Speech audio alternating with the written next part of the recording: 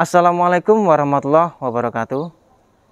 Saya Andi Prasetyo, calon guru penggerak angkatan 4. Pada video kali ini, saya akan melakukan praktik coaching kepada coachee yang dalam hal ini adalah peserta didik saya.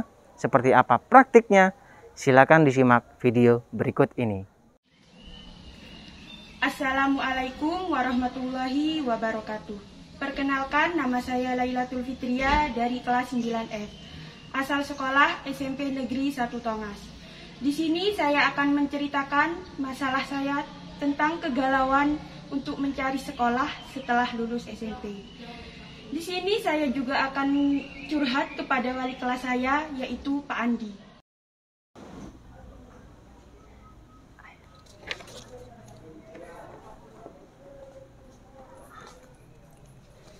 Assalamualaikum, Pak. Waalaikumsalam. Iya, Laila.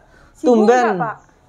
Ya, ini cuma sekedar ngoreksi hasil ujianmu tadi. Gimana untuk ujian USP-PPKN? Sulit? Sulit ya? Ya, sulit. Memang Pak Andi untuk soal USP kali ini menerapkan soal berbasis literasi numerasi. Tadi memang bacaannya banyak ya. Kemudian juga PPKN kok tumben nih ada soal berhitung. Tapi kalian bisa ya? Iya. Tadi kan bisa. soalnya menghitung jumlah emas, kemudian menghitung jumlah tembaga yang dihasilkan oleh PT Freeport Indonesia. Tapi kalian bisa mengerjakan? Bisa. Vika bisa? Selesai ya? Cukup waktunya? Cukup. Oke, alhamdulillah. Ini tumben nih, BTW, ada apa nih kok selesai ujian tidak langsung pulang? Gini nih, Pak, saya kan punya masalah galau gitu. Wow, tumben seorang Laila bisa galau. Galau gimana kalau boleh cerita nih? Kan habis lulus, kan mau lanjut sekolah gitu, Pak. Saya bingung mau ke SMA atau ke SMK. Oh alah, ternyata Laila hari ini lagi galau. Ya. Nanti setelah lulus dari SMP 1 Tongas, mau lanjut kemana nih? SMA atau SMK ya? Oke, sebelum Pak Adi memberikan pandangan, harapannya Laila hari ini datang ke Pak Andi ini apa sih? Dari curhatan yang ingin disampaikan tadi? Supaya dapat motivasi, pandangan, Tentang? sekolah tadi. Oke, jadi harapan Laila, mungkin Vika juga ya, datang ke Pak Andi agar tidak galau dalam artiannya, bisa mendapatkan pandangan dan motivasi tentang bagaimana setelah kalian lulus dari SMP 1 Tongas ya, mau lanjut ke SMA atau SMK. Oke, nah gini nih, kalau boleh Pak Andi tahu, Laila ya, apa sih yang sebenarnya membuat Laila galau memilih sekolah, baik itu SMA ataupun SMK setelah lulus dari SMP 1 Tongas? Boleh diceritakan? Setiap masing-masing sekolah itu kan punya karakter sendiri gitu kan, Pak? Betul. Ya. Saya bingung mau ke SMA atau ke SMK. Yang saya ketahui jurusan di SMA itu ada IPA, IPS, sama bahasa. Oke. Sedangkan yang di SMK itu multimedia, akuntansi, mesin, sama listrik. Oke, nah gini, dari apa yang disampaikan Laila tadi, bahwasannya kan masing-masing sekolah baik SMA dan SMK punya karakter masing-masing. Ya. Dan jurusan disampaikan Laila tadi, SMA ada IPA, ada IPS, ada bahasa. Kemudian yang SMK tadi Laila menyebutkan ada jurusan mesin, akuntansi, multimedia, dan masih ya banyak yang lain lagi. Kalau boleh diceritakan sih, apa yang Laila ketahui tentang sekolah menengah atas atau SMA? Ya tadi itu, Pak, tentang jurusan, tentang ekstra, ya gitu. Tahu nggak pembelajaran di SMA seperti bagaimana? Ada IPA, IPS. Kemudian untuk porsinya sendiri, Laila tahu nggak untuk pembelajaran di SMA? Kalau di SMA itu 60% materi, Oke. 40% praktek. Kalau di SMK? Kalau di SMK itu 60% praktek, 40%-nya materi. Oke. Jadi Laila sudah punya pandangan nih ya antara dua sekolah ini, baik SMA dan SMK. Kalau boleh Pandi tahu nih, Laila punya cita-cita? Punya. Punya cita-cita ya? Iya. Kalau boleh Pandi tahu, cita-citanya Laila apa? Jadi bidan. Jadi bidan. Wah, keren sekali nih. Anak Pak Andi sebagai wali kelasmu bangga. Laila punya cita-cita menjadi seorang bidan. Oke. Untuk mendukung Laila menjadi seorang bidan, mewujudkan cita-cita menjadi seorang bidan, kita bicara dulu tentang sekolah menengah atas. Ya, SMA. Di SMA tadi Laila menyebutkan ada 3 jurusan. IPA, IPS, Bahasa Indonesia. Kira-kira nih menurut Laila, ketiga jurusan ini yang bisa mendukung Laila menjadi bidan nih jurusan apa? IPA. IPA? Iya. Benar ya? Iya. Kalau di SMP ini kan ada mata pelajaran IPA. Ini kan masih IPA secara umum nih, ya kan? Nah, kalau di SMA nanti nih IPA akan dibagi menjadi tiga mata pelajaran. Apa saja yang kalian Fisika, yang Laila tahu? Fisika, oke. Biologi, oke. Kimia, oke. Nah, kalau boleh Pan ditanya lagi nih ya. Ya. Apa sih yang Laila ketahui tentang fisika? Fisika itu tentang gaya. Oke, tentang gaya. Kemudian sekarang kalau biologi, Reproduksi, tumbuhan, betul. Sel Sekarang, hewan. oke. Kemudian sekarang kalau kimia, apa yang Laila ketahui? tabel periodik. Oke. Setidaknya Laila ini sudah punya pandangan ya tentang bagaimana belajar di SMA. Nah, ini kan di SMA ada peminatan nih. Nanti kalian ini boleh memilih mata pelajaran peminatan. Kalau dari Laila sendiri, peminatannya mata pelajaran apa nih yang untuk mendukung menjadi bidan tadi? Ya IPA tadi. Pelajarannya? Pelajaran IPA. Pelajarannya apa? Yang biologi sama Biologi kimia. dan kimia. Kimia, oke, bagus. Itu tentang SMA. Sekarang kita berbicara SMK. Ya. Sekarang kalau Laila dihadapkan pada atau ya sekolah di SMK lah, jurusan satu deh yang ingin dimasukin oleh Laila ini jurusan apa? Akuntansi. Akuntansi? Iya. Kalau boleh tahu alasannya kenapa kok milih akuntansi? Gini kan Pak, Ya. saya kan suka matematika. Oke. Kan di akuntansi itu kan ada yang hitungan, belajar hitung-hitungan. Oke. Yang berkaitan dengan matematika. Oke. Ya gitu Pak. Akuntansi ya? Iya. Nah, sekarang Pak Andi tanya.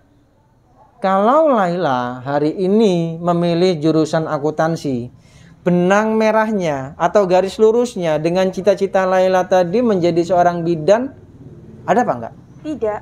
Tidak ada ya? Tidak ada. Mungkin kalau akuntansi ini lebih menjadi seorang banker, kerja Ya. di bank, Ya. gitu kan ya? Kasih. Kalau boleh Pandi tahu juga, ada nggak sih saudara atau ya mungkin kakak kelasmu yang hari ini lulusan SMA menjadi seorang bidan, ada nggak? Ada. Ada ya? Iya. Dan kamu kenal? Kenal. Oke. Kemudian bagaimana dengan saudara atau teman yang lulusan dari SMK menjadi seorang bidan, ada nggak? Yang saya ketahui Ha-ha. ada yang menjadi guru. Oh gitu ya? Iya. Jadi yang Laila ketahui ada saudara lulusan SMA menjadi bidan. Iya. Kalau yang lulusan SMK ada yang menjadi guru. Oke. Nah, sebelumnya Laila sudah pernah berdiskusi dengan orang tua tentang pemilihan sekolah? Sudah ya? Sudah. Dari orang tua sendiri menginginkan Laila lanjut sekolah SMA atau SMK? Berpendapat dua, beda-beda. Oke, boleh Pandi ketahui? Yang ibu ke SMK, Oke. yang bapak ke SMA. Kalau ibu SMK, kalau bapak SMA. Oke. Dari dua pendapat itu yang lebih srek atau lebih apa ya? Mengena kepada Laila ini yang masuk sekolah mana? Yang SMA. SMA ya? Iya. Karena alasan tadi mewujudkan cita-cita ya. ada pelajaran biologi dan kimia yang bisa menjadi dasar untuk mewujudkan cita-cita Laila tadi menjadi seorang bidan. Oke. Nah, ini kan masih masa pandemi nih, ya, pandemi COVID-19. Yang menyebabkan pembelajaran ini kan ada daring atau online, kemudian ada luring, tatap muka. Nah, harapan Laila nanti misalkan masuk di SMA, pingin daring atau luring?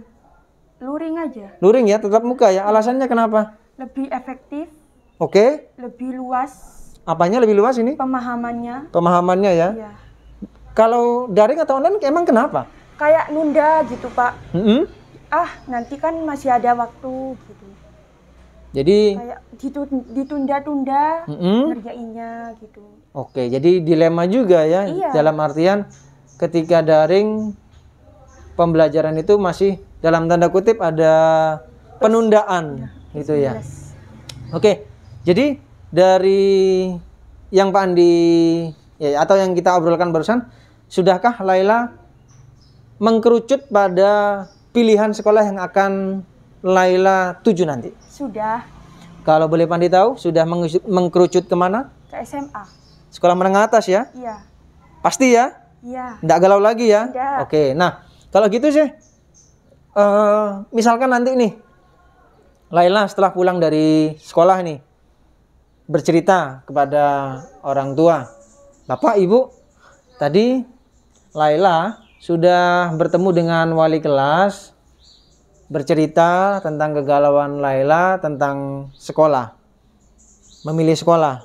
Nah, nanti misalkan masih mengobrol dengan orang tua, diskusi dengan orang tua, bagaimana nih caranya Laila untuk mengatasi agar tidak galau lagi? Menyampaikan yang Pak Andi sampaikan tadi, supaya mantep ke SMA.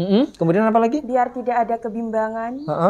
Ya gitu. Gitu ya. Apalagi yang bisa Laila lakukan agar Laila mantap ke SMA? Dengan belajar lebih giat. Gitu ya? Ya, lebih ke lebih giat ke biologi sama kimia. Oke. Tapi enggak kedua itu aja. Ya bukan berarti walaupun kamu peminatan dua ini, biologi dan kimia, bukan berarti melupakan mata pelajaran yang lain, tetap kan. Kemudian Laila sudah tahu untuk pendaftaran mulai kapan? Belum juga. Belum tahu ya. Iya. Nah, kemudian untuk mengetahui pendaftaran itu bagaimana caranya Laila? Apa yang akan Laila lakukan rencananya? Mencari informasi di internet. Oke. Bantuan ke Pak Andi. Oke, selain informasi dari internet dan informasi dari Pak Andi, mungkin ada rencana yang lain untuk mau bertanya ke kakak kelas. Bertanya ke kakak kelas. Ada yang tinggal setempat tinggal sama kamu di kampung kamu? Ada ya? Iya. Yang sekolah di SMA ya? Dan itu SMA yang kamu tuju ya? Iya. Oke. Nah, jadi bagus rencananya Laila tadi, mulai dari berdiskusi dengan orang tua, kemudian mencari informasi dari internet, kemudian juga berdiskusi dengan kakak kelas, karena Laila kenal dengan kakak kelas tersebut agar kamu bisa punya pandangan tentang sekolah SMA yang kamu tuju. Terus kapan nih rencananya Laila untuk mencari informasi tadi? Nunggu selesai USP dulu, Pak. Oh gitu ya? Sambil nunggu nilai gitu. Oh gitu, jadi akan Laila lakukan nanti setelah ujian satuan pendidikan ini berakhir. Iya. Jadi paling tidak bulan-bulan depan ya? Iya. Oke. Nah, jadi begini Laila, Pani juga ingin bertanya sama kamu. Tadi sudah mantap ya SMA ya? Pilihan SMA ya? Nggak galau ya? Iya. Komitmen Laila dengan memilih rencana SMA tadi apa komitmennya? Kalau Pandi boleh dengar nih, kalau Pandi boleh tahu apa komitmennya? Kan saya punya cita-cita jadi bidan. Oke. Nah, kan saya mau ke SMA gitu Oke. kan, Pak. Kan nanti di sana saya mau ngambil jurusan IPA. Nah, saya lebih giat belajar lah gitu. Itu ya? Ya. Oke, keren juga ini komitmen kamu. Pandi harap sih apa yang kamu sampaikan ini kamu kawal terus ya. Jangan hanya gara-gara pandemi turun komitmennya, jangan. Kamu kan punya cita-cita ke depan yang harus kamu wujudkan. Pak Andi sebagai wali kelas ya mendoakan semoga anak-anak Pak Andi, bukan hanya Laila saja, termasuk Vika, termasuk teman-teman yang lain, bisa terwujud cita-citanya gitu. Jadi Pak Andi doakan saja. Gimana Laila? Apakah masih galau atau tidak nih? Tidak wis Pak. Gitu ya? Iya. Mantap ya. Apa pilihannya? SMA Sekolah menengah atas. Oke. Pak Andi sebagai wali kelas hanya bisa memberikan itu kepada kamu. Semoga apa yang kamu ceritakan tadi, kegalauanmu tadi tidak berlarut-larut. Ya, Iya. kamu sudah mantap bahwasannya hari ini kamu menyampaikan kepada Pak Andi, Pak Andi, saya fokus untuk lanjut ke SMA. Oke, ada lagi yang mau diceritakan oleh Laila atau Vika? Ada yang mau diceritakan? Tidak ada ya? Tidak ada. Tidak ada Laila? Iya, tidak ada. Sudah yakin ya dengan pilihannya? Mantap ya? Iya. Oke, alhamdulillah kalau begitu. Itu saja yang mungkin bisa Pak Andi berikan kepada kamu. Pandangan mengenai SMA dan SMK tadi. Kemudian semoga apa yang Pak Andi sampaikan bisa menjadi motivasi bagi kamu. Oke? Iya. Oke. Ya, terima kasih Pak. Sama-sama. Mau pulang? Iya. Oke, silakan pulang. Hati-hati. Assalamualaikum Pak. Waalaikumsalam warahmatullahi wabarakatuh. Alhamdulillah, perasaan saya sudah senang dan agak lega setelah menemui Pak Andi dan juga mendapatkan motivasi dan pandangan tentang sekolah SMA dan SMK. Dan akhirnya saya mantep ke sekolah menengah atas. Terima kasih. Wassalamualaikum warahmatullahi wabarakatuh. Baik, di sini saya akan melakukan refleksi ketika menjadi coach. Jadi, menurut saya dalam proses coaching, coach dalam hal ini saya, yang efektif itu harus mampu mengilhami dan memberdayakan coachee. Dalam hal ini, orang yang memiliki masalah. Untuk membantu mereka memaknai arti sebuah kehidupan dan peran mereka. Untuk mencapai potensi dan membawa kemana tujuan mereka. Dalam hal ini, anak didik saya yang mengalami kegalauan dalam memilih sekolah pasca lulus dari SMP. Menurut saya, hal ini lumrah. Dalam memilih sekolah, ada beberapa pertimbangan. Selain masalah biaya, letak sekolah, kemudian ada hal lain yang harus dipertimbangkan juga. Oleh karena itu, saya sebagai coach mencoba melakukan suatu identifikasi kepada anak didik saya untuk mengetahui keinginan yang ada dalam dirinya untuk bisa dikembangkan. Pada saat coaching, saya mencoba untuk melibatkan anak didik saya dalam memilih sekolah agar dia merasa memiliki andil dalam masa depannya nanti. Kemudian saya juga mengajak dia untuk berbicara mengenai apa yang dia cita-citakan. Bahkan dia akan menjelaskan keinginan dan cita-cita tersebut kepada orang tuanya. Jika masih bisa berkompromi dengan orang tua, saya rasa akan lebih baik. Jadi coaching model Tirta ini dikembangkan dengan semangat merdeka belajar yang menuntut kita sebagai guru harus bisa memiliki keterampilan coaching. Hal ini penting mengingat tujuan coaching yaitu untuk melejitkan potensi anak didik agar menjadi lebih merdeka. Melalui model Tirta, guru diharapkan dapat melakukan praktik coaching di komunitas sekolahnya. Kita ketahui bahwa model Tirta mulai dari tujuan, identifikasi, rencana aksi, dan yang terakhir tanggung jawab. Nah, untuk mencapai hal tersebut tentu menjadi tantangan tersendiri bagi para coach. Menurut saya, kompetensi teknis coaching saja saya rasa masih belum cukup. Namun perlu diperdalam lagi. Perlu adanya kepekaan, adanya totalitas, adanya chemistry antara coach dengan coachee. Ini yang penting, chemistry. Ya. Kalau tidak ada chemistry antara coach dengan coachee, maka akan sulit untuk dipertemukan. Jadi perlunya ada chemistry.